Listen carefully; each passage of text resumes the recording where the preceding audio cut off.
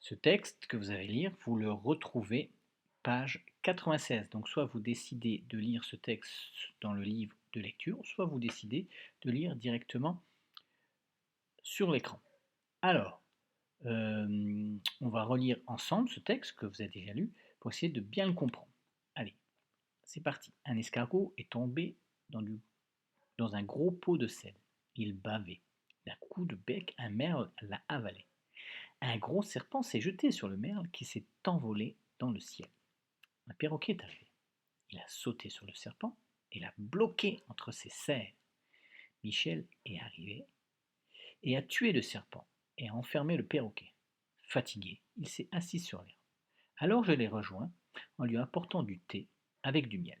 Alors pour les mots qu'on n'avait pas compris, le merle, c'est ce petit oiseau noir au bec jaune.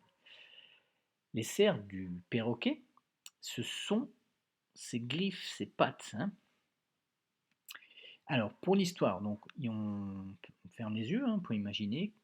Alors, on voit un escargot qui tombe dans un pot de sel.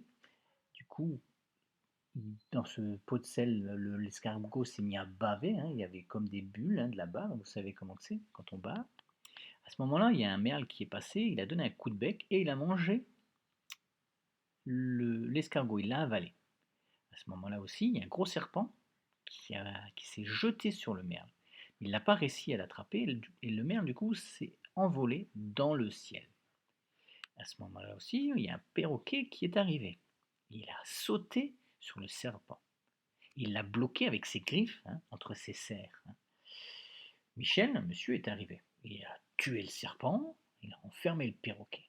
Et d'un coup, il était fatigué de ses émotions. Il s'est assis dans l'herbe. Et là, il y a quelqu'un qui vient et qui lui apporte du thé avec du miel.